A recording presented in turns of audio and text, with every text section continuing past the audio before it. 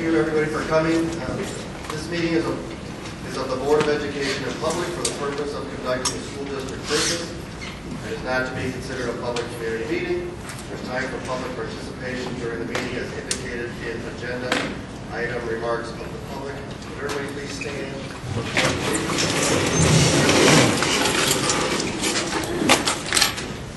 I pledge allegiance to the flag of the United States of America and to the republic for which it stands, one nation, under God, indivisible, with liberty and justice for all.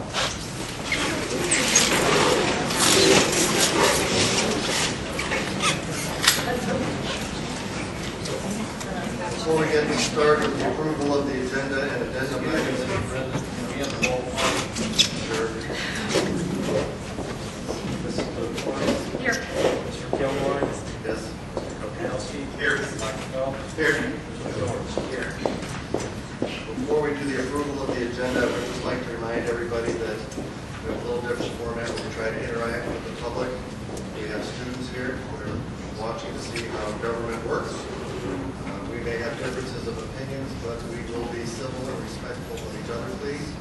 Otherwise, we will have to go back to the old way, which is we don't interact. And I don't think anybody likes it. For those in the back who couldn't hear me, I'm just going to say it again.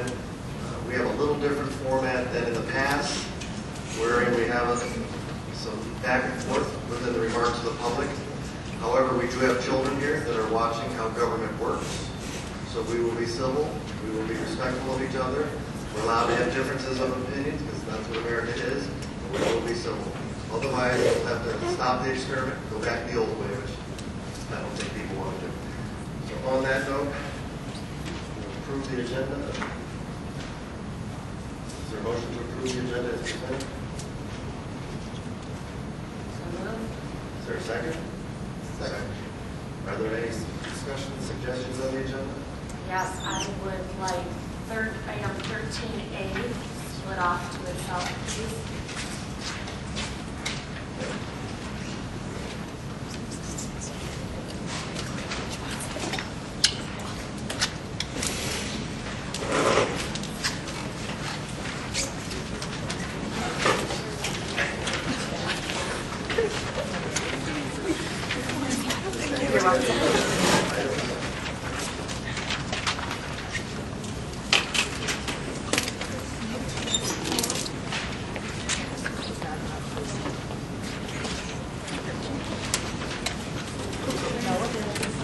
Just waiting for authority to return.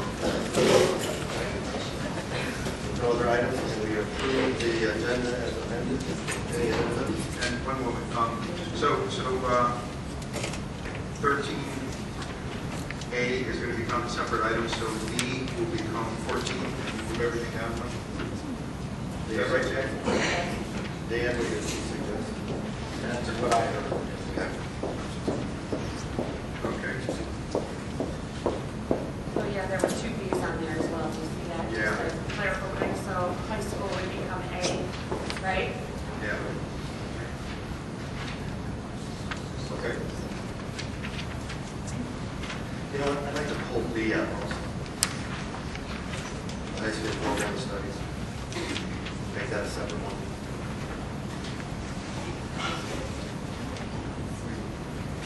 Which one am I? The first B.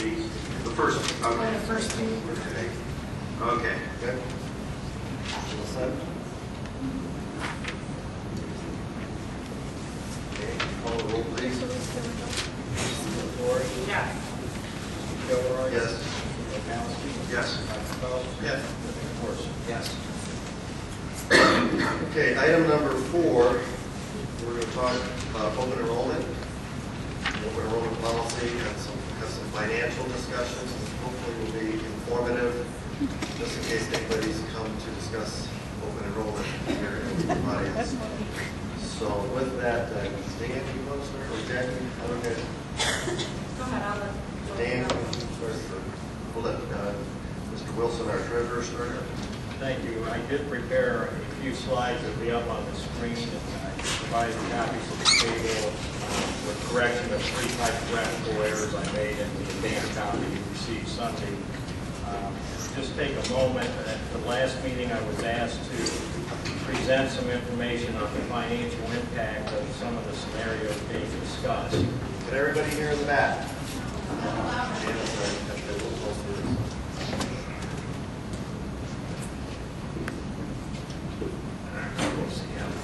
All right. The first slide I prepared takes the existing board-adopted 5-year forecast from October and works from those numbers. So I'm not passing judgment on the quality of the numbers. I'm not updating the prediction of what ending cash balances will be, but simply taking the official forecast of record and then adjusting those going forward. I simplified the state reporting format to a more basic presentation of beginning balance, total revenues, any renewal of tax revenues, total expenses, ending balance.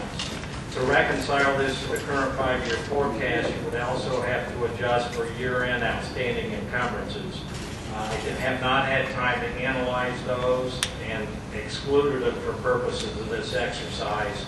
I don't believe it will have a material impact on the discussions going forward. So with the basis of the current forecast, the next slide is a presentation of if the board were to determine to have open enrollment for contiguous districts only beginning in 2014-2015, you would see by the last year of the forecast, the predicted cash balance would decrease from $3,792,000 to $345,000. And that's factoring out 150 students that currently are enrolled from districts other than those contiguous to West Geauga, and resulting loss of revenue of $861,750.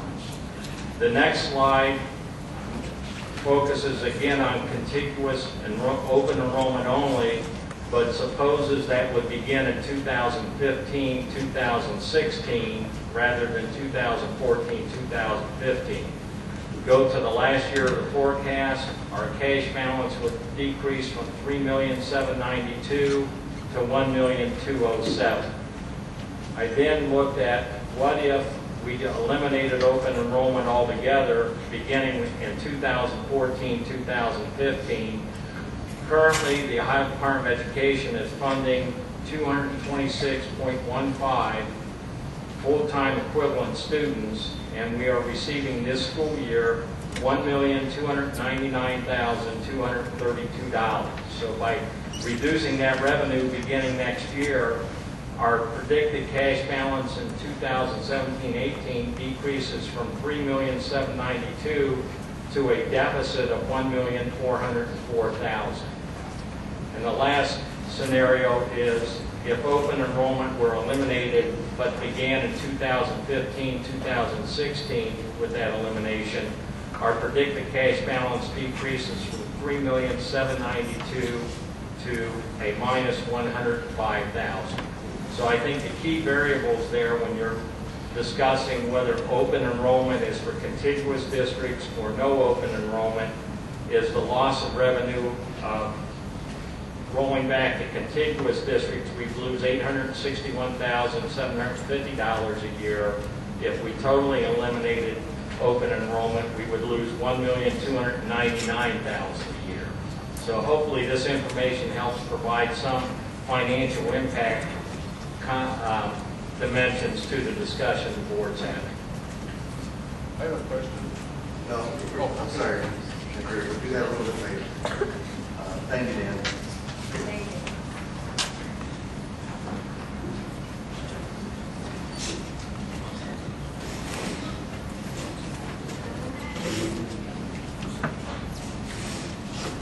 Jeff, were you, did you have any comments or Dan?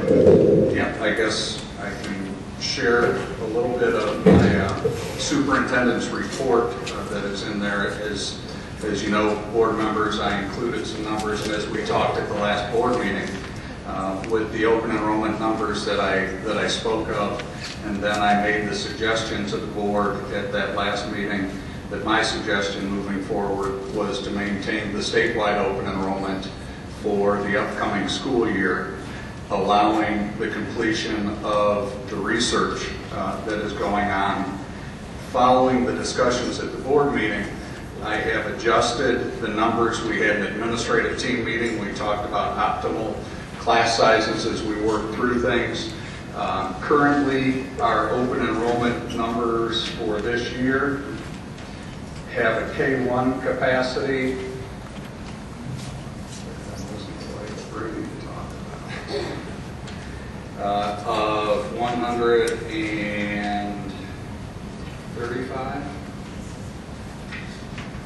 135 in K1 and 140 in grade 2, and my suggestion to the board for the next school year is to set those numbers based more closely on our resident enrollment at 115 for K1 and 2.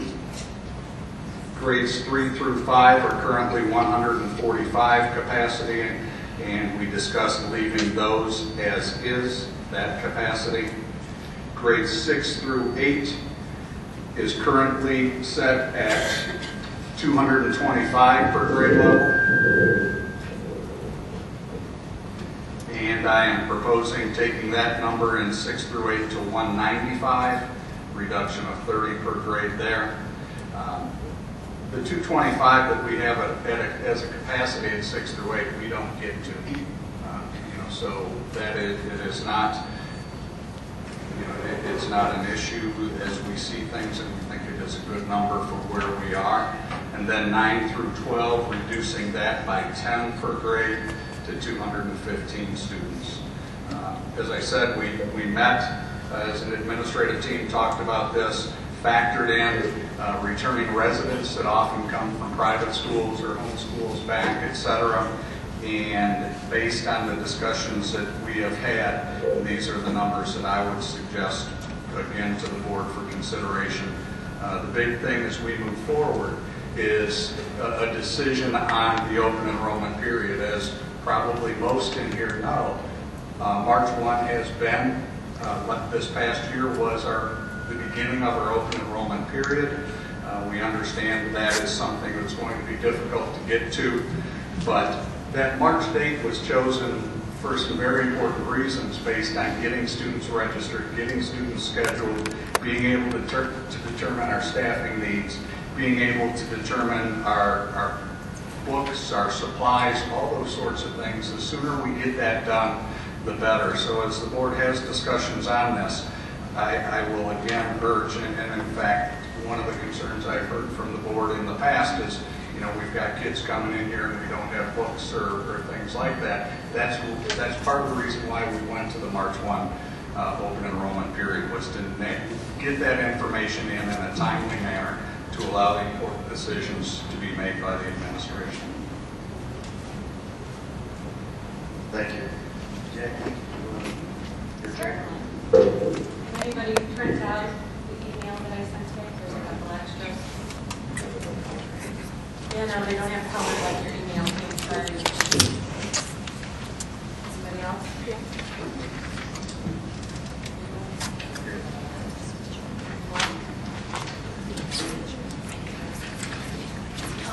Jim, you wouldn't mind showing the first part of. I'm not as fancy as Mr. Years when it comes to graphs. Sorry, I apologize, but I do know how to work Excel. So can we just show the top? I don't know if we can do that. So the top section here that I looked at is exactly what was presented to us last week. Proposed numbers for 14-15. So I didn't change or do anything there. Those were the numbers that were given to us. If you go down a little bit and look at the next slide, what I did is I looked at the proposed numbers and I applied them. There's the grade level residential numbers. And you'll see in the third line of the superintendent's proposal, the numbers that he just told us for each grade level for K2, 3, 5, 6, 8, 9, 12. If you plug those numbers in, you then look over at the open enrollment availability. And at each grade level, and what we are projecting to have next year, and what the superintendent is proposing as an open enrollment number, you can see that the open enrollment available spots would be 415 open enrolled available spots, potentially that could be filled. Now, currently the projection, if you look at it for next year, is 239 open enrolls based off of this year's numbers. So the third line would tell you the potential additional open enrollment children we could take in on top of what is already projected with his numbers. Now, I went through the numbers and I had kind of stated how I would like those numbers to be a little closer for multiple reasons. And if you scroll down, Jim, to mine, I still have the same residential projections that are for next year. Instead, I look at it as our residentials first. I think it's extremely important that when we're doing open enrollment, we first look at our residential and then figure out how open enrollment plays into it, not the other way around. So I brought the numbers down closer to what they are currently or actually, other than in 11th and 12th grade. So it might have cut off, I don't know why it's up on that screen. But in 11th and 12th grade, I kept them closer to what the actuals are projected for next year. And the reason I did that is to allow those juniors and seniors potentially the opportunity to graduate with them. Now, if you see, if we go closer down to the actuals, it still leaves space for open enrollment. However, it reduces the potential open enrollment to 195. The reason I do this is because it is very hard as a board member to take in all of the considerations of every aspect that each community member has been bringing to us. However, I feel that a little bit is being addressed to each group. By doing this, we can phase into the next step, like Mr. Palmer is suggesting, take a year to finish analyzing, still bring in over $1 million, which the other side, thinks that if we get rid of open enrollment, we're wasting $1 million. We still bring that in. We make significant cuts to reduce it from 239 to 195, therefore showing that we're going to manage open enrollment numbers better. When we first got into open enrollment, it was used for a tool to help the district resolve some financial issues, and we are currently financially stable. And it took us 7 years to get here, so maybe it takes us 2 years or 3 years to get out of it, but I think this is a solid first step. Listening to all sides, reducing the numbers, still bringing in money, and giving people a chance to make changes or move here, if that's the goal. To get people to move to our district and giving them time to do it.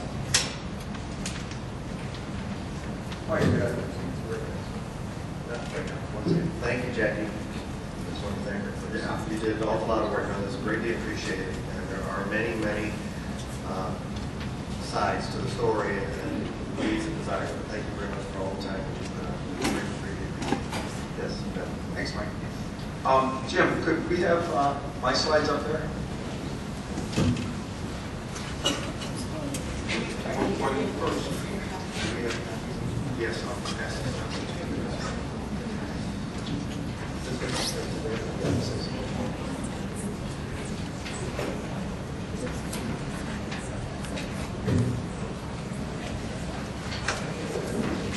While those are coming up, Mike, can I just add one comment? Yes, go ahead. I would just add the one thing I think that through this whole process,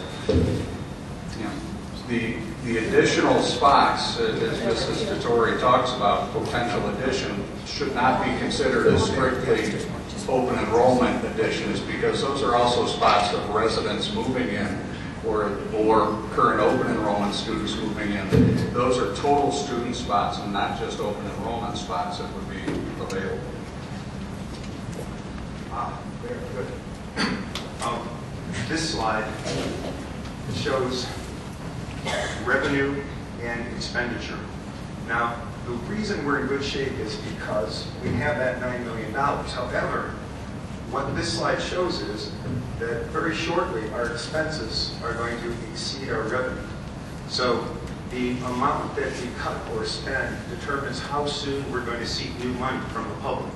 Because if you look at this, in 2015, we're basically going to hit the point where we are, where our revenues are exceeded by our expenses.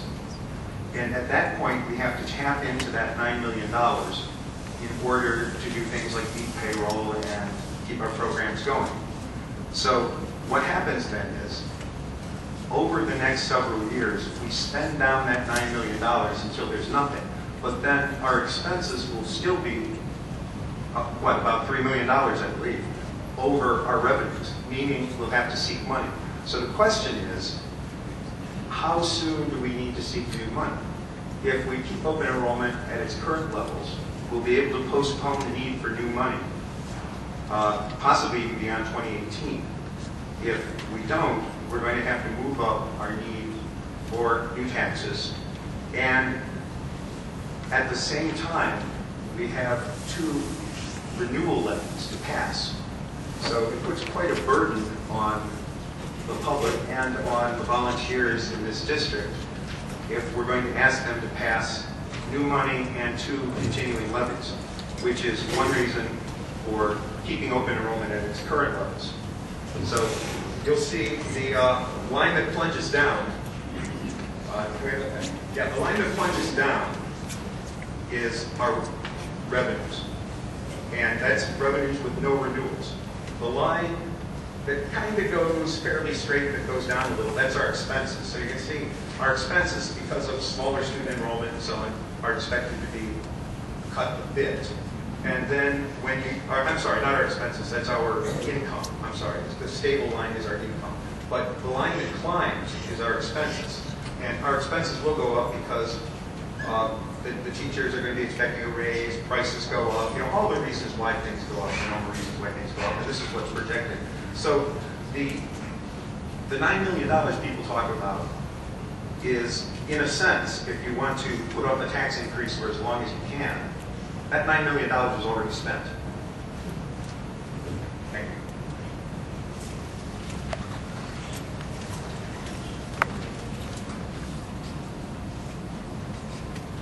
There was one thing that I forgot to say on my notes, if you don't mind. The one thing that I did forget to say was, by going to the numbers that I proposed, we would potentially lose about $250,000 in open enrollment dollars.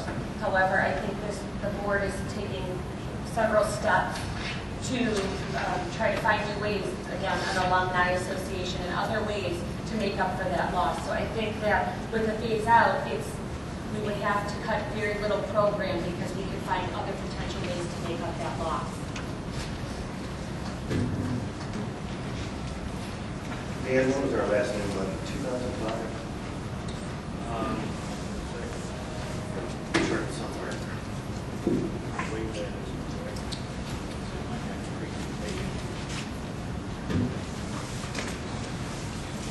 If I'm not mistaken, I believe May 30, 2005.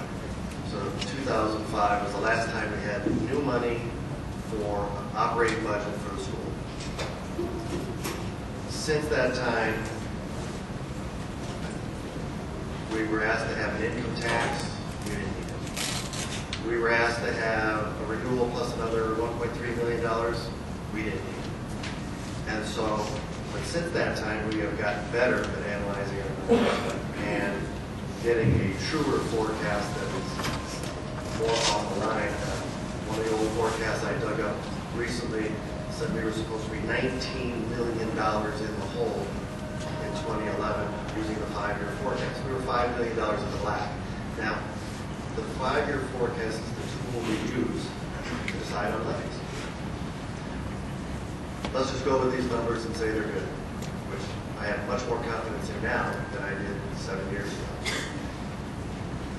If our last new money was in 2005, if we go back to the public and ask in 2017 versus 2018, which means 12 years versus 13 years, I think we've done a pretty good job in trying to manage the numbers, to find other sources of revenue, whether it's people raising money for the turf field, whether it's people raising money for the iPads, finding better interest rates, and everybody chipping in. So I understand that the money that we have will slowly be spent as we go forward. But we've done a very good job recently in trying to manage that. And 1 year sooner, to me personally, as a business, Okay. Yeah, I understand. So how we get to where we're going, we originally started from financial problems. We're very stable right now. Many people have said, well, we're taking all the good kids from other districts, or one person said, we have 111 homes for sale. If we want people to move out here because of our school district and buy a house, that makes sense to me. If you can borrow the school district, there's no reason to move out here. There's no reason to be a part of our community if you can borrow the school district. And that made some sense to me also.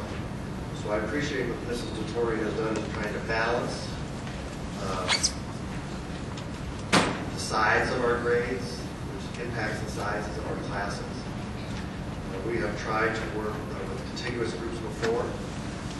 This is a financial decision, nothing else, nothing more. How do we get to, some people say, can we grandfather children? No, we can't. But there's different ways of trying to juggle and balance.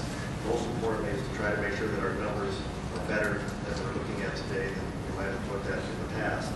And then try to figure out when do we go back to the public if new money is needed, put it on the ballot then. Don't have a decision at this time. I appreciate what Mrs. Dottori has offered. Dr. Jones, you have any questions? Well, I would just like to say that the interdistrict open enrollment guidelines specifically say that the board reserves the right to reduce these capacities as necessary in cases of unusually low resident enrollment at a grade level. So, you know, I don't know, because this is a guideline, I don't know that there needs to be a vote, but I would certainly like to recommend and see how everybody feels about reducing these numbers to show the community that we are aware and wanting to start managing open enrollment. I'm not saying we're closing it, I'm not saying we're keeping open it, but I think that we need to do a first step managing it better. Let me ask our counselor what the process is. The suggested process, you have a dialogue with your superintendent, come to some sort of understanding through the administrative guidelines as to what those numbers should be. In the absence of that understanding and agreement, you may, of course, as a board, initiate the good cause shown that Mr. Torres said pass it directly. But I would recommend you collaborate if at all possible. In addition to the numbers, Mr. Palmer is still looking for some input regarding the March 1 versus the April 1 deadline for the applications. I think they go hand in hand in this dialogue. Is it a resolution to do the head count? Or is it just a Or is it just conversation? If Mr. Palmer, if the board and Mr. Palmer have an understanding and agreement, it's simply a consensus on direction for him. He acknowledges, and then as an administrative guideline will reflect the numbers suggested by the board. If there isn't that agreement, then after the dialogue, if you may, as a board, a mandate to be a directive. I would recommend collaborating with the administrative guideline process. Mr. Kilroy, could I comment, please? The challenge I face in this is I sent out my numbers last week, had no opportunity to discuss these revised numbers that are presented to us this afternoon. It is puzzling, I guess, that questions haven't been presented until now, if those are indeed concerns.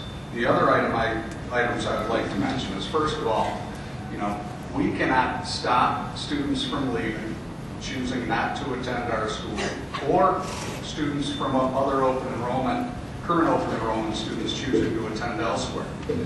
We, along with every school district in Geauga County, have statewide open enrollment. In fact, the number is somewhere around 80% statewide. In addition to students leaving that way, we lose students to private schools on a regular basis.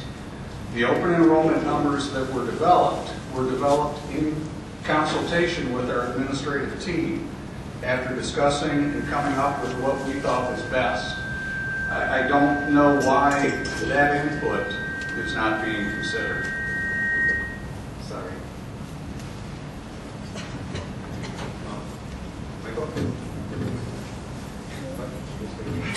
Make sure our microphone's in that. piercing ears. Yeah, you know, there's another factor in finance, which is the likelihood of easily passing a levy. You know, the demographics of this district have changed. We now have Russell, which is the oldest community in Geauga County.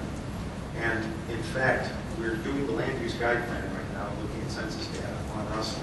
Interestingly enough, it appears, and we're trying to verify this, but it appears adjusted for inflation, the median income has fallen in Russell. Now the reason is because so many people are retired and there's lower labor force participation. That bears directly on being able to pass a levy and showing good financial stewardship to those retired citizens who we absolutely need to pass a levy. 77% of the people in this district don't have kids in school. Now, the other thing is that the mean income has increased substantially. Mean income, at least in Russell, where I have these figures from, has increased beyond inflation. So what it means is the people who are working, the people who are in the labor force are doing very well. But those retired people who may have assets, but part of their assets are their homes that would be taxed, are probably going to be more adverse than they were because of their drop in income to supporting these tax levies. And we absolutely need them. One reason why I'm supportive of open enrollment is we have to show our elderly residents that we're looking after their interests as they see their incomes diminish. We're managing the schools in a responsible way. Next one. Misstated. One misstatement, I said 80% is statewide. It's 80% of the districts are open enrollment. 70% of those are statewide. Don't want to misstate that. If I may. Last meeting, Jeff, you had recommended that we do, can you hear me? Thank you. Last meeting, you had recommended that we do nothing until next year. This meeting, you came back and you met with the administrative team, and you came with the revised number. You're going to change kindergarten, I mean K through 1, and you're going to change high school down to 215.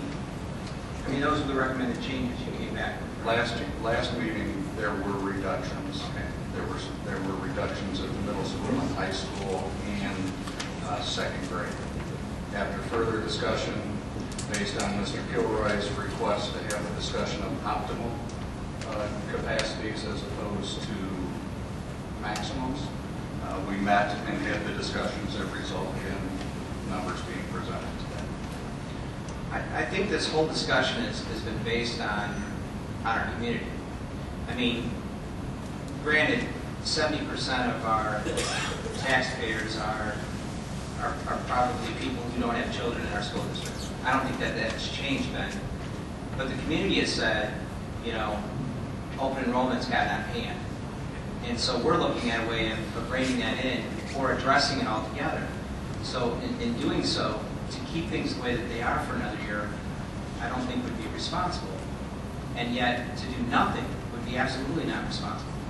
So I think that's why this whole discussion started. I think that's why this whole room is filled with people, because they want to know what we're going to do with open enrollment, what kinds of things we're looking at, and how we're basing our decisions. So Jackie, I appreciate that you took a step to say, I looked at these numbers and I think this might work. It's a scale down from where we are today. The direction is that we're going to, you know, either eliminate open enrollment or scale it down or make it contiguous. It's a step in that direction, as opposed to doing absolutely nothing for a year. I'm not in favor of doing nothing. There's a lot of information. Dan, I appreciate what you did. There's, you know, obviously that gives us some solid numbers. I've heard $1.4 million. You know, you're $9 million in the bank. This line says $10 million. You know, at this point, it's nice to have these numbers to look at. I appreciate that you're out here and that you're concerned. And I appreciate the emails that you send, the phone calls. I don't necessarily always appreciate standing at the grocery line a little extra longer to talk to people, but it's okay. I appreciate that you're concerned. It means that you care about what's going to happen with your kids. Obviously, we're going to have to look at how we're going to fund in 2017. But today, in 2014, 2015, what are we going to do for the future for our kids? And so I think definitely all of this factors in. I don't think we're acting irresponsibly. I think we're getting all the information. And Jeff, I appreciate that you met with your team, you looked at the numbers, and that's where you're scaled down to. I would hope that we have more of a dialogue between now and when that decision's made. But I'm not comfortable, as I heard you say, Jackie, was saying March 1st, let's open the doors and see what we get. I don't think we're ready for that. I think we need to make changes, and I think we need to delay when we start open enrollment. I agree with you. And an application period. Yeah. Looking at those numbers, I mean, quite frankly, even April 1st, if we don't get closer to something that makes sense and show that we are willing to manage this, look into this and make some changes somewhere, I don't even know that I'm comfortable with April 1st. I suggested April 15th. Because again, we keep getting told that Burgess and Burgess could be done the end of March, beginning of April. I'm not comfortable even opening on it. I understand that that puts some strain on the central office and the people that have to take care of open enrollment. However, we have a lot of strain too here to make the decision. We have things we need to do to be able to do our job correctly and thoroughly. That's not going to get me there. But to pick numbers. To pick numbers. To pick numbers, could we do this by, you have two choices. We could try to pick numbers right now, or we could wait till March 10th. But no later than March 10th is the next meeting. After that, people are going to be gone, so we can't wait till then. If we're going to try to practice being more effective, we've got to be able to pick numbers and recommend a date today. Recommending a date, and we have to decide, is everybody comfortable enough with picking numbers now, or would you rather wait until March 10th? But it can't be any later than March 10th. To me, I would go with these numbers. But Jackie, what is it based on? Okay, because you presented those. Right. And again, I appreciate it. I don't mean to be flip, but what are they based on? So Jeff worked with his team, and they're based on what they felt comfortable with class sizes, I'm assuming. Your numbers are based on what? So there are several things that I took into account for. First off, when I was looking at Jeff's numbers, his proposed, even just for kindergarten, for example, I looked at every single grade level instead of grouping them together. Because I don't think that we're in a situation, again, as I said at the last meeting, for ranges. Because we have such large declining enrollment, it is too hard to group grades together. So for me, I think at least for this year while we review it, every single grade level needed to have its own definite number. Jackie, could I just Sure. interject there? Normally, I would say in many cases that could be accurate, but since we are past the date where we can inform our teachers union about declining staff or reduction in force, there is no opportunity. We're going to have 5 sections of kindergarten. We're going to have 5 sections of first grade. We're going to have 5 sections of second grade. So with that number, we talked about the optimal number at that grade level, and that said, this fits here. This is a number, and that's what I was asked to do, is to come up with the optimal grade level based on what we have. Okay, so at any rate, Dan, the reason why I first looked at kindergarten, and the proposed was 115. The projection is 93 for next year. Right. That would mean we have 22 open enrollment available spots. That's a classroom. That is a classroom. What you're saying, we don't need that. What I'm saying is we don't need that. That's a full class. So that was my first one. But in kindergarten, I'd rather have mine proposed at 105 classes of 20 and a kindergarten level that you're proposing to put all day kindergarten in, and have smaller class sizes, again, to, get these kids in smaller classrooms, than to have 22 open enrollments, which is a full classroom, in my eyes. Again, I looked at the same thing with first grade. Those numbers are very, very close to each other. You look at his projection, you have 25 open enrollment opportunity potential spots. That's a classroom. So that's where I looked at those two numbers. The rest of the numbers, bringing it down closer to without hugely impacting us, still allowing children to have an opportunity to come here open enrollment, not contiguous on anything, leaving it open statewide, but reducing the amount that we're taking in at each level, not allowing it to exceed more than 10% per grade level. Because I think we've gotten out of hand. If you look in some of the high school classes, we have 30 and 31 open enrolled kids in a class size or in a grade level that has 150. That's 20%. we're taking in.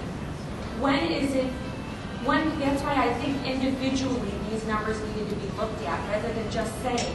I did take into account 11th and 12th grade, leaving those the same, because if we don't have a plan yet and we're going to review them for the next year, I think it's only fair to allow those kids the opportunity to graduate with us. Can I just wanted to add one. I appreciate the numbers, though. I definitely think smaller classes for the younger kids would be a benefit. My concern would be with the high school kids if we only use 11th and 12th grade. I think that we have to consider that there should be some protection of anybody who started high school this year who would be a 9th grader going to be 10th grade next year. You can only do that by numbers though, right? So you would only go down to 10th grade then. Right. They're proposing to add 10th grade to that level. Next year, the 9th graders will be. Exactly, because I just think if someone's committed, if we are as a community committed to a 9th grader, then we should be committed to them to a 10th grader. I moved between my 10th and 11th grade here in high school, and it's a traumatic thing, no matter what you do. It's not easy. It's, so we're talking, that's the most critical time, for example, adults development. So if we don't include that, I think we have to. That would only raise it It's by only 10. 10 people, but I just think those 10 people, as long as they're people who are here already, would be guaranteed to be part of the community that they've already developed a year. So what would be the Well, number here's for the thing though, I just want to stay at 11. I would be comfortable including 10th grade in that number as well. That would raise it from 170 to 180. However, realize nobody's guaranteed that. Right. Nobody is ever guaranteed they have to apply every single year. It's just that there's, what's the word I'm looking for? Priority over, those kids. So nobody's ever guaranteed, even that. Even if we left it open, totally open, nobody's ever guaranteed if there's no. And your But I would proposal agree. is just for next year, giving us a chance to look at what Burgess comes back with, getting a chance to go out in the community and hear from both sides and really formulate an opinion. work on an alumni group, try to figure that out, see what the state is doing with their,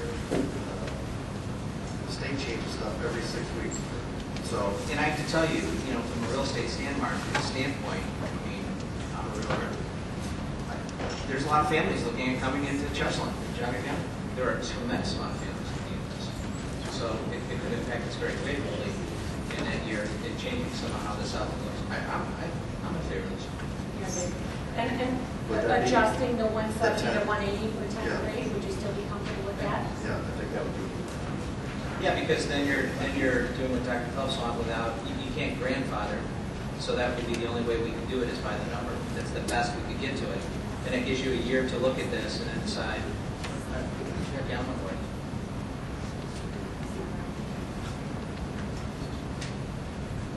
My concern is, we got that $9 million by making a lot of hard choices.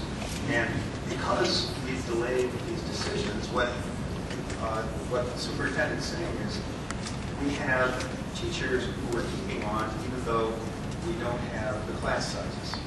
The teachers may have smaller class sizes, you know what? That'd be more one-to-one in my opinion. That would be, but And this when you get proposal to is financial 1.2 discipline, million. you have to discipline yourself and say, do we want to go to the public for more money? So that we have to.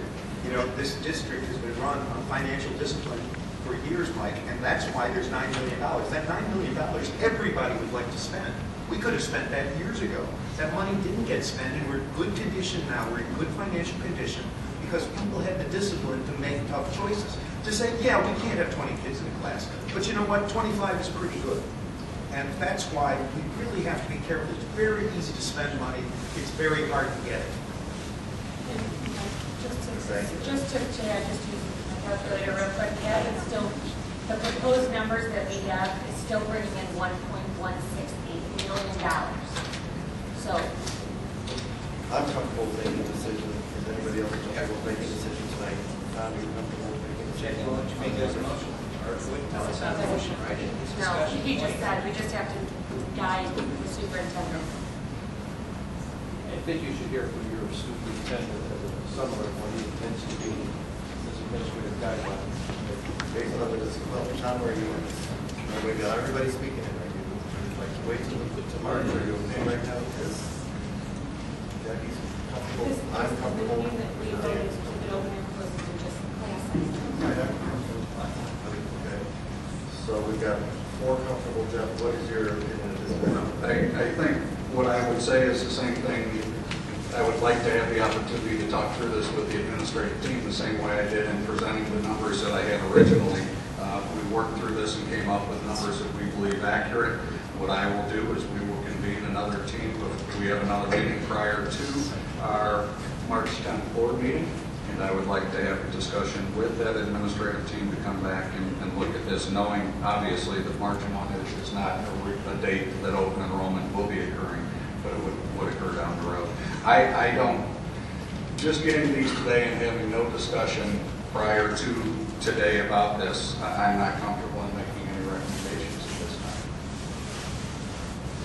time. So then essentially we would wait till our March 10th meeting. You wouldn't have open enrollment discussions or applications then on March 1st? You would delay that? March 1st would be delayed till March. Well, let's look at March 10th. Be a We have a decision meeting. made March. No, I mean, as far as opening the open enrollment day, that going hand in hand with Those will not open until capacities are set. Hold on. Okay. I'm okay with no action being taken until we have reached an agreement on capacity. But we got to do March 10th. I mean, It's got to we be. cannot kick this down the road. I'd like it tonight. I would like it I tonight. can make it tonight, but in my own mind. All right? All of this would do for me, as far as class size, if the grade size are reduced, would just make smaller classes. Like this doesn't cut a teacher, this doesn't do anything along those lines. It just means we have less students, we're going to have more revenue one-to-one, and less revenue. Well, you currently have 239 open enrollment students. With your proposed extra 10, you go to 215 or 205. Right. It's not a huge difference in my opinion. It's going in the direction if open enrollment is something that we review and say we don't want in this district. If you're going in that direction and giving people time to make their decision. I would add, though, that I think given the discussion, I would just say if I were an open enrollment parent, I would be planning my exit already because the board, what the board has said. Wait, hold on, please. Excuse me. You know what, sometimes I think the board has got to step up to the plate and swing. And I think that we should make a decision tonight. That's my recommendation, that we make a decision tonight. My opinion. That's what I was suggesting. Is this a recommended change in policy then? Is that what you're doing? Because the policy says the superintendent sets grade level capacities. And the guidelines say that the board reserves the right to reduce these capacities as necessary in cases of unusually low resident enrollment at a grade level or levels. Counselor, is that correct? You would not be amending policy. You simply pass a resolution. So Jackie, if you'd like to make a motion, anybody like to make a So motion? does my motion just have to say to accept the proposed? Yeah, I think to provide clarification for our treasurer, to be rather specific as to what it is that you are proposing. I would recommend confusion. Okay, I would like to make a resolution. Excuse me, Mr. President, first, I believe we'd have to amend the agenda to consider an item that wasn't previously. I'd like to make a motion to amend the agenda. Is there a second to amend the agenda? Second. Is there any discussion on amending the agenda? Purpose of the amendment is to include an action item on setting an open enrollment. Grade size. Grade level capacity. Grade level capacities, yes. Dan, would you call the roll, please? Mr. Kilroy? Yes. Ms. Moore? Yep. Mr. Kokowski? No. Dr. Phelps? Yes. Mr. Thorson? Yes. Okay, so now we need a Are you motion. ready? This is going to be a lengthy one. Are you ready, Dan? Well, here, You have those. you're making the one change in 10th grade from 170 to 180. Correct. So I will incorporate in the minutes the grade level capacities as you discussed with that one change, so, unless you want to read them all. I will do so, and you can then Yes. add them in. So I would like to make the motion that we accept the following grade level capacities for the 14-15 school year. Kindergarten at 100, first grade at 100, second grade at 115, third grade at 140, fourth grade at 140, fifth grade at 145, sixth grade at 150, seventh grade at 170, eighth grade at 180, ninth grade at 180, 10th grade at 180, 11th grade at 205, and 12th grade at 210. Is there a second motion? I'll second. Any further discussion? Would you please read the roll, call the roll? Mrs. Dottori? Yes. Mr. Gilroy? Yes. Mr. Dolkowski? No. Dr. Phelps? Yes. Mr. George? Yes. Thank you. We're not going to go into our... Capacities are set. Is there interest in the board in entertaining the dates so that we can move on? Okay, thank you very much. Now, as far as the date for going forward, Jackie, are you comfortable with the, Mr. Palmer, I recommend April 1? March. We're going to have difficulty reaching March 1. I think we get more information. We get more information by April 1, and I know Jackie had talked about April 15th, but with capacity set, I would strongly recommend that the board consider and take action on setting the dates so there is some clarity for all involved. Any problem with April 1st? Is that what you're hearing? Yeah, April 1st, yeah. April 1st, yeah, April 1st. It works better than anything after that. Yes. So, That these numbers down here, I'm more comfortable with than April 1st. I'm comfortable with I April 1st. was not, but I am now. I'm okay with April 1st. We don't need to make a resolution. Go ahead. April 1st. As long as the board is comfortable with it, we can Thank you very much. All right, we're going to go to section 5, which is an executive session. I don't know how long it's going to be. It's not going to be that long. I'm planning to have it longer than a half an hour, but we should be back in that half an hour time. So we will make a motion to make a motion to go to executive session. Is there a second to us? Call the roll, please. Just for clarification, the purpose of the executive session is to discuss the employment compensation of a public employee pursuant to Ohio Revised Code 21.22G1. Thank you, Dan, very much. Appreciate it. Mr. Dottori? Yes. Mr. Gilroy? Yes. Mr. Dolkowski? Yes. Dr. Wells? Yes. Mr. Dorsey? Yes. We're inviting our council to come with us, please. Will any action be taken after the executive session? Well, yeah, we have a whole agenda to go through. Oh, you need it. No, I think the second half of your meeting, there'll be a considerable amount of action. Yeah. The rest of the meeting, but not on the executive.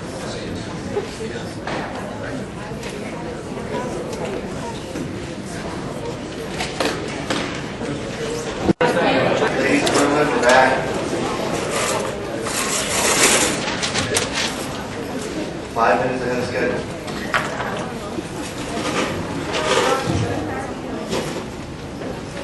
Our item number...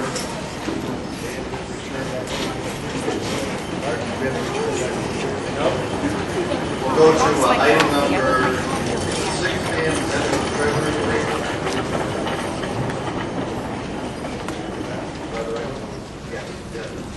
Item number 6 is the amendment of the treasurer's service agreement with Better Schools to increase from up to 10 hours a week to up to 20 hours a week of service with additional hours from 10 to 20 required. We want to discuss approval. Is there a motion to Well, what do we make a motion if there's a blank there? Best to You fill gotta- that in first. You gotta fill in the blank, so I'll fill in the blank. What are you looking for, like, okay, I'm gonna take a whack at it. I would like to make a motion to amend the treasurer's service agreement with Better Schools to increase up to 10 hours to up to 20 additional hours a week of service with additional hours from 10 to 20 requiring, are you looking for like a majority approval?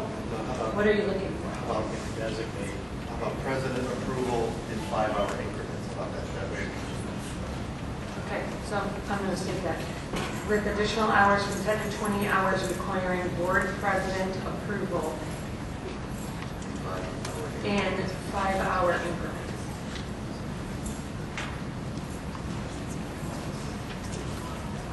Is there a second? Is there a second?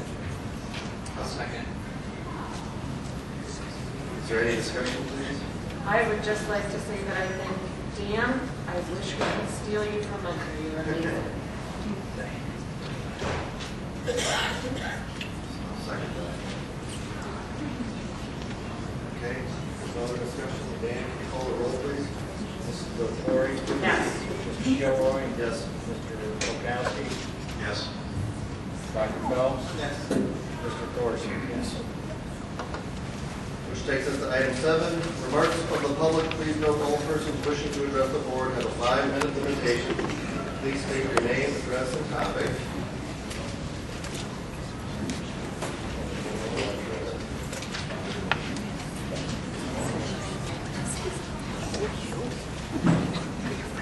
We try to keep it like 5 minutes per person or so. Feel free to come up and use the microphone. Is there anybody who'd like to, we got somebody on their way already?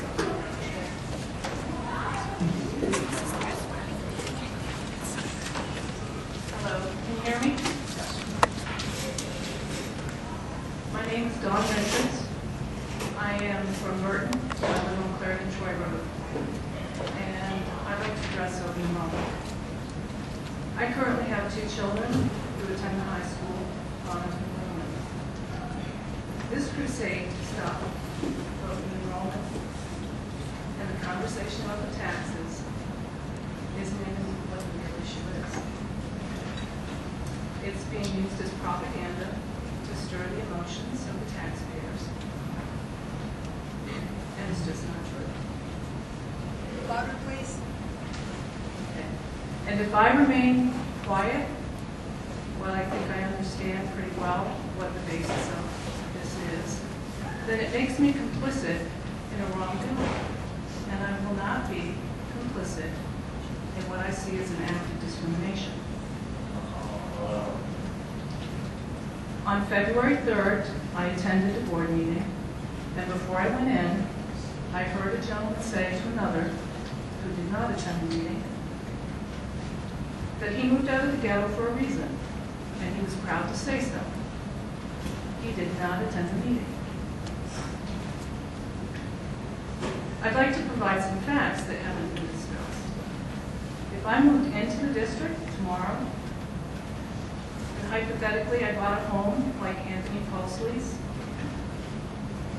or Paul Donato's, or Anita Kircher's, Zurcher, excuse me,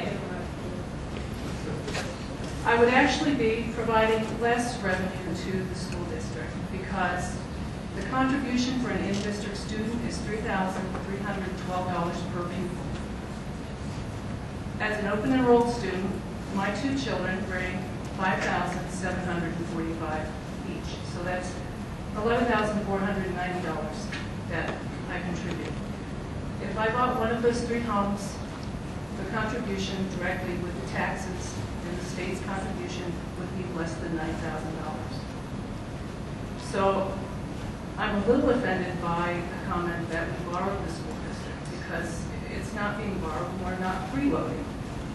There is money coming to the school for open enrollment.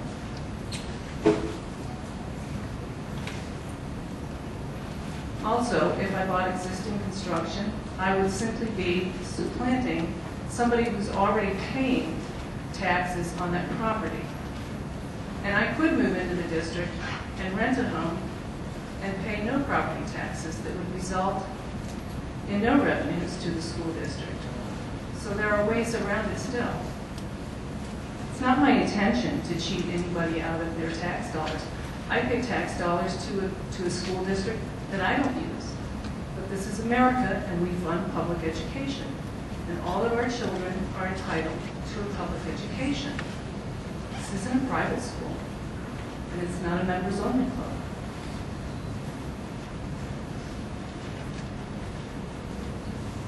seems to me that the target of exclusion is directed toward South Euclid Lyndhurst and Richmond Heights. And I say this because that's the data that I read in the newspapers, comments from the meetings, and the things that the students tell me. And I think that they're probably pretty tapped into what's going on in the building. Nobody has provided any data to explain or substantiate how open enrollment is ruining the district or diminishing your property values. How exactly does open enrollment weaken the strength of your schools? With regards to adjacent districts only, I look at that and say, well, who does that include? But more importantly, who does it exclude? And it excludes South Euclid, Lyndhurst, and Richmond Heights. And it excludes me too. I'm out in Berkshire. So yes, I have something to lose by that decision as well. This open enrollment has provided us families who've chosen to use it a wonderful opportunity to get our children an education that we deem valuable. And I appreciate that. I'm almost finished. These students are bright, they're articulate, and they reflect what's best about this community. They're here because they have the intelligence that it requires to understand how diversity and tolerance of it enhances their educational opportunities. It allows them to be a part of something bigger than themselves. So yes, I have something to lose here, but so do you. So does this community, and it's your humanity. So it's incumbent on this board, I think, to vote to champion the 250 students that attend, or as many as you can educate. Thank you very much. Thank you. Thank you very much.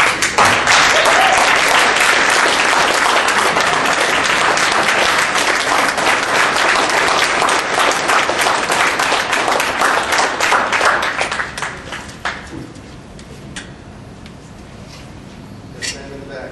Rita, come on up.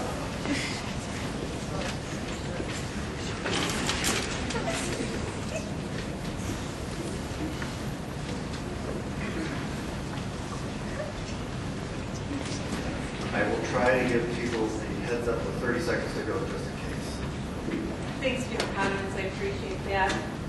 I just want to make it perfectly clear that for me, that's all I can speak for me, this is not a matter of discrimination in any way. I have nothing against anyone. Most of the teachers know me. I cheered after prom here, 2 years. My kids were brought up here. My kids were very active in the school. My kids do not see color. Okay, so I want to get that perfectly clear. I don't care what you heard someone making a comment. Do not group me with anyone other than my own views. My views are this. It got out of control. It started with like 50 kids, and then all of a sudden it went to 249 open enrollment kids. And half the taxpayers there didn't even know this was happening. When I first put something in the paper, I cannot tell you how many people came up to me and they're like, what are you talking about? There's 249 open enrollment kids in the school. And then I started hearing, here's people coming up to me, where do you think I'm getting this information? The high school classes are so large, our kids aren't getting the attention they need. They go for after-school help. The rooms are filled because they're not getting the attention in school. So then I finally got Mr. Palmer to agree to town hall meeting after much begging, demanding, and the room was filled. Why do you think the room was filled? Because the taxpayers wanted to know. They wanted to know what's going on. That's why the room was filled. And that day, Mr. Palmer promised to go out and ask the community, not the students and the teachers, but the stakeholders, the taxpayers who pay for their houses out here, who work their asses out to get out here, including myself. I brought my kids out here to give them a good education. So those taxpayers have every right in the world to be asked in the survey that I haven't seen. So I started a petition myself, which, by the way, I have 72 signatures already. I have senior citizens leaving messages on my phone. Anita, I don't have a computer. Can you help me sign up for that petition? I talked to Melvin Fussner and Joanne Ferrar and, all these people. They want voices. They want voices. So you can go ahead and give the students extra credit to come and show up and speak like that. I am speaking for the people who have a voice out there and cannot make it to these meetings. This poor woman, her husband just died. She can't get to the meetings. I talked to her for like a half an hour today. I am the voice of the people who don't want to put their name out there, the teachers who don't want to put their names out there, the parents who have kids on sports teams who don't want their kids retaliated against, who don't want to put their names on there. I'm taking a stand. My parents taught me to stand up for what's right, and I'm standing up for the taxpayers. You ask them, you have them vote, and I swear whatever they decide is fine with me. Just ask your constituents, ask the taxpayers. And if I hit it $9 million in the bank one more time, I'm telling you what, how can you stand there and be so proud of it, $9 million in the bank? When you have taxpayers out there paying out that money and paying for kids that don't even pay taxes out there, you're so proud of that. You've got greedy. You are greedy. It's ridiculous. So this whole thing is very puzzling to me. Puzzling. And then you talked about Russell being one of the oldest communities. You know what? Those older seniors, they want a voice too. They would much rather have a levy come in and be put on the ballot than for their tax money to be used without their, without their input at all, without their input at all. So I'm speaking for people who don't want to put their name down. Yes, it is Anita Zerker. Yes, I live on Camelot Drive. I am proud of this community, and I am fighting for this community. So thank you.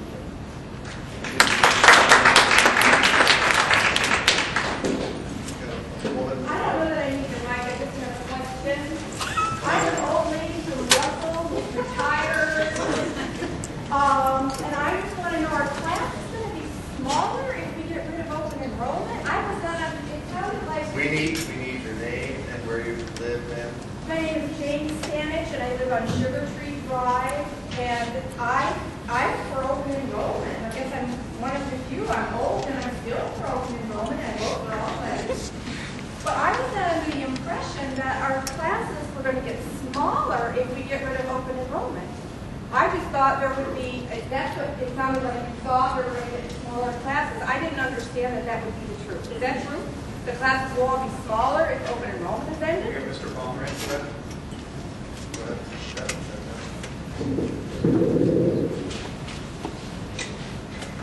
With the reduction of open enrollment, the staffing decisions would have to be made.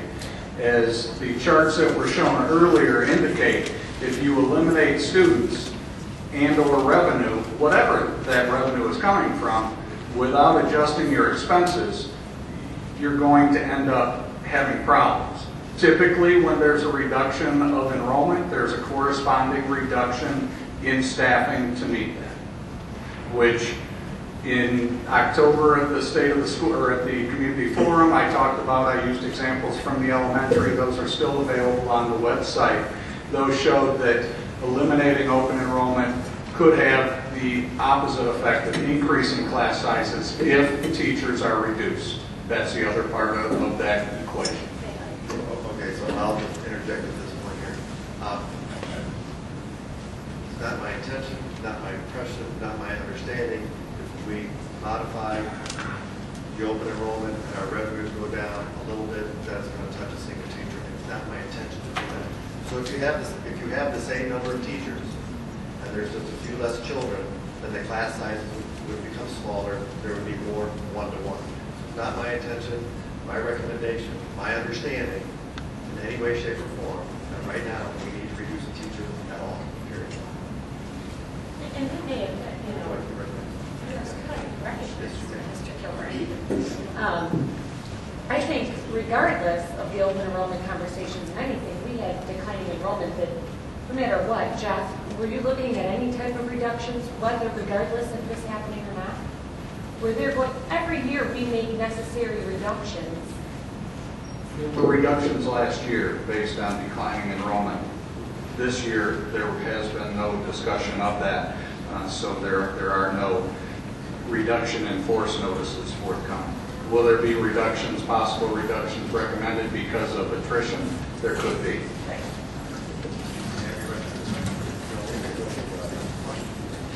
Like the Robert's rules is when you let someone talk, everyone gets to talk until they has to talk.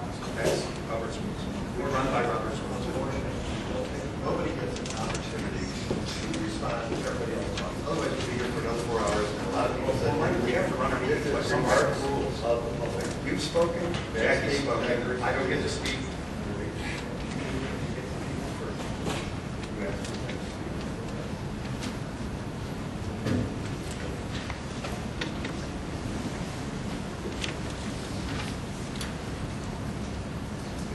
Hi, my name is Pat Gannon, Music Street, Russell Township.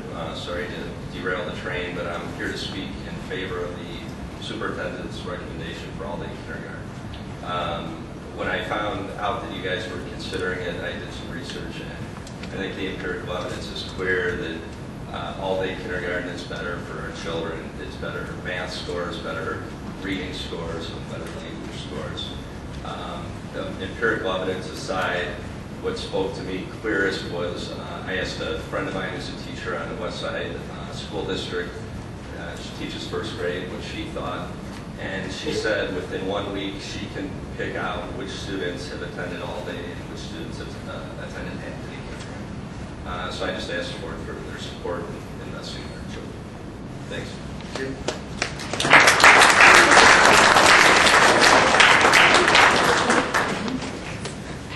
Anybody else? Mr. Kilroy? Yes. Do you want to recognize somebody else? Go ahead. I'll hide my different way. Just look at it, see your hand, Bill. Did anybody else have any?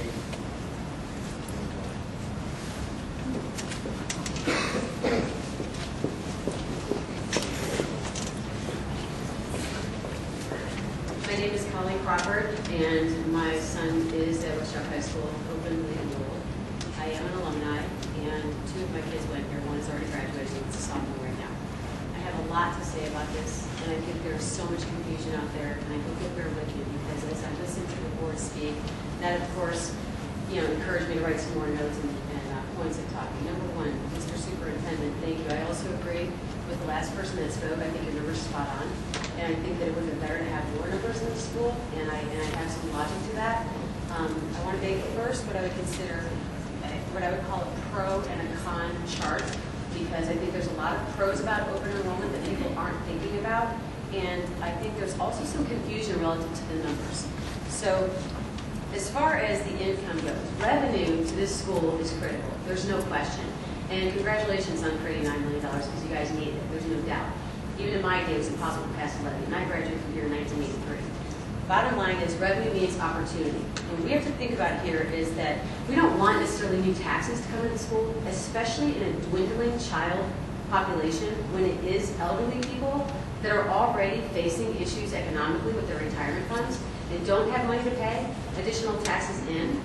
So let's just logically think about a few things. Number 1, the revenue is important. Number 2, it's a fact. These open enrolled kids, 239 of them, have made our report card better. Not worse, better. What does that mean? A report card, guys, real estate, 23 years. A report card means good schools, people want to live there. Okay? Now, not to take away from people that can't afford to move here or whatever that looks like, but there's a reason people are open enrolled here, and there are very many different reasons why they're open enrolled, and we have to kind of take that into consideration and not just blanket it as people are trying to be here for free, because that's not the truth. $5,700 coming in on my son's head versus the average $220,000 median price, sales price in the West Geauga School District is $1,659. Do the math. It's 1/3 of what my kid pays, okay? It's not my child, I'm sorry. I'm just trying to explain that I think there's some confusion here. It's not about the tax dollars from West Geauga School District are being spent on the other kids. It's more about that 239 children coming in here, that $1.3 million is funding the things that we can have and getting the school out of the red and into the black. Programs, the current programs that we have, well, those cost money. and you guys saw the forecasts. Reality is the next 3 to 5 years, that money's gone. Then what? If there's no open enrollment, population's dwindling, kindergarten is smaller, less kids growing up in this district, elderly population growing, what does that mean? It means the school ends up in the red again, and who's going to pass another levy year? So think about that. Programs go away, less kids, less sports teams, less theatricals, less music programs, etc.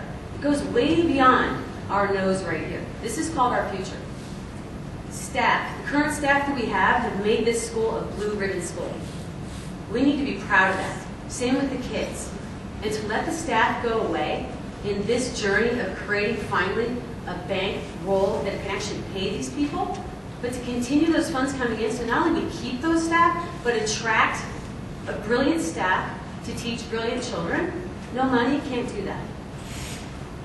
The continued income is for uncertain times. Think about the last 5 years. Whose real estate property increased in the last 5 years? A lot of people took a dive in the real estate market. Well, who's to say that this whole thing doesn't change? The $9 million that are in there right now, something happens. For example, some kind of crazy, I don't know, $1 million repair that the buildings need, that you guys don't have funding. And boom, that cash reserve is gone. Now what? Take it on a loan, try and pass another levy, right? Okay. I can tell you right now, if there's gym equipment here that was vintage 1983, okay? That's just my own personal thing. All right, so keeping all the schools, the elementary schools open, critical to a high school population, not closing them. And I don't know if that's intended or not, but it's obvious reducing kindergarten classes means reducing first and second grade classes, and down the line, you got to reduce junior high and reduce high school. So, 30 seconds. Okay, you want to create desire for people to move here, right? And people will move here as a result of a great school system. And a great school system requires money. We cannot be closed-minded here. We need to be open-minded, think big picture, long-term. Not next month, not next year, 5 years. My son is out of here in 2 years. This doesn't affect me. I don't live here anymore in the district. It doesn't affect me that way either. But it certainly affects this community. And we have to think about what's best and brightest for WestGB as a whole, staff, teachers, students, programs, revenue. Okay, and guess what? If we got diversity, God bless us, because this is one small little piece of the world that doesn't have it. So what? Okay, I think it's a good thing for these kids to have. And I could be up here for half an hour if you let me. So I'll sit down and come back another 5. Because I got a lot more to say.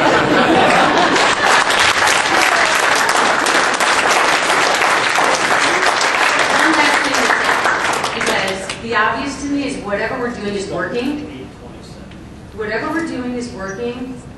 And there's an old saying, if it ain't broke, don't fix it.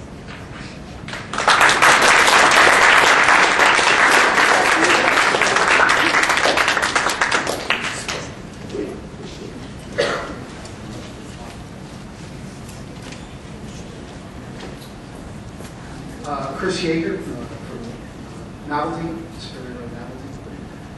And do I understand that you guys just basically made a decision, at least for this year, reduce the numbers after a 10-minute discussion without having really any numbers in front of you, knowing what budget implications are going to be, knowing how it's going to affect the teacher, staff?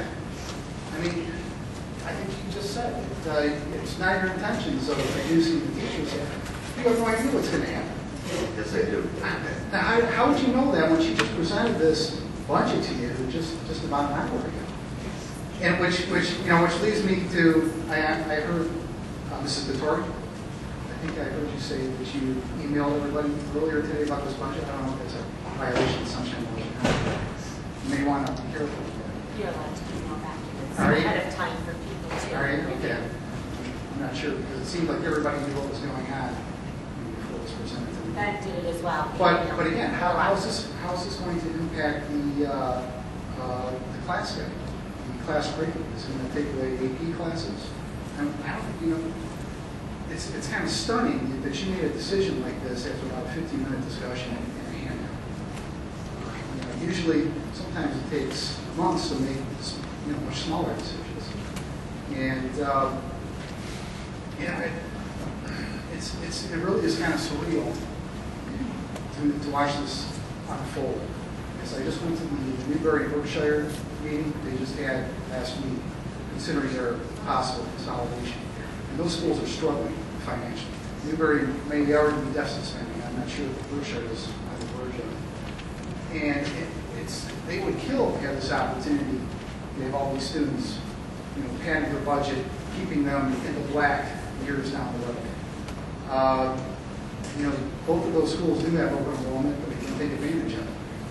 Students take advantage of it here because basically you have a wonderful school system, a great teaching staff. Basically, it's like a product that you have.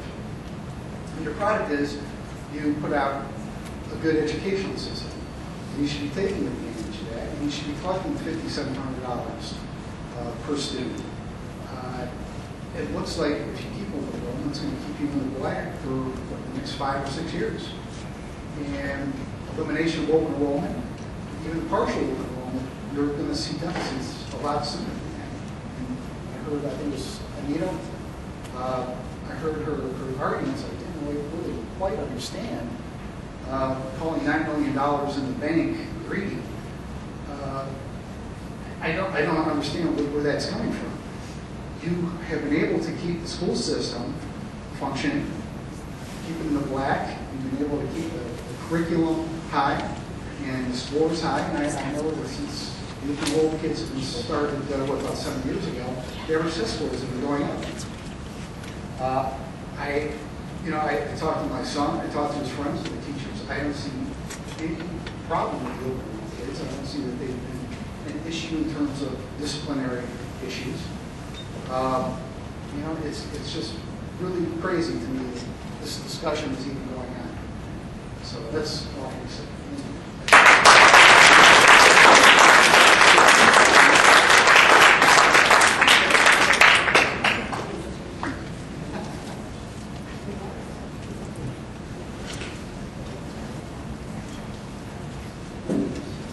Got to our 30 minutes that I had reserved. You know what? I appreciate it. I've got 30 minutes just trying to. Is there a different subject out there? Somebody would like to hear some.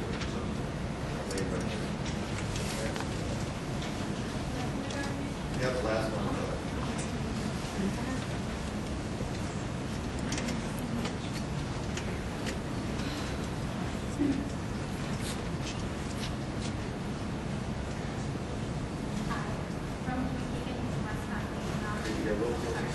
Rose McKeegan, West Copley Technology. I would like for you, or if you choose to vote, to let parents decide whether or not their children are ready for all-day kindergarten or half-day kindergarten. I appreciated that decision 2 years ago when the governor very well in half-day kindergarten. Thank you. I'm going to close it out to everything. Thank you very much, ladies and gentlemen. No, actually, Mr. Beers, you got one. Ricky? Thank you, Mr. Kilroy. Bill Beers, 11481 Chapin Street, Chesterland, Ohio. I'm not talking about open enrollment. I'm not talking about kindergarten. However, Mr. Kilroy made a couple of comments at the last board meeting that I didn't want to reply to. You made the point that while I was board president, we did not videotape any of the meetings, and I just wanted to clarify that briefly for the rest of the board members. Because in fact, about 2 years after I did get on the board, I asked that we videotape, and we were counseled by legal at the time that it was not something that the board should do, and the board made that decision at that time. A couple of years after that, I actually worked with several community members who wanted to do webcasting, and we determined that the cost was such at that time that it was not a good idea. However, things definitely change over time, and the other points I make is that when Mr. Kilroy came on the board, he asked to videotape, and I explained to him at that time the counsel from legal. And then about 2 years ago, maybe it was 1 year ago, again he asked, and again I reminded him of legal counsel at that time and said that we shouldn't do it. However, things do change over time. It is now possible to webcast with just a laptop, a web camera, and a wire to your Ethernet. It's very simple, very easy to do.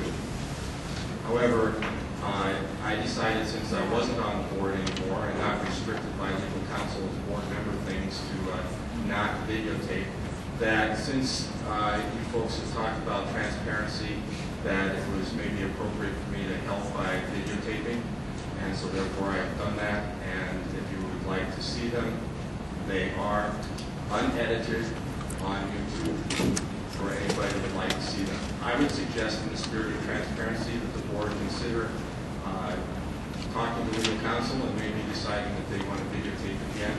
In the meantime, I will continue to try to help you folks out in spreading the word to the community.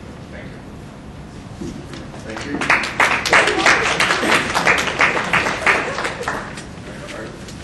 The next item we're going to go to is new business. Part of it has to do with the discussion of the Alumni Association. Basically, if we're going to come on,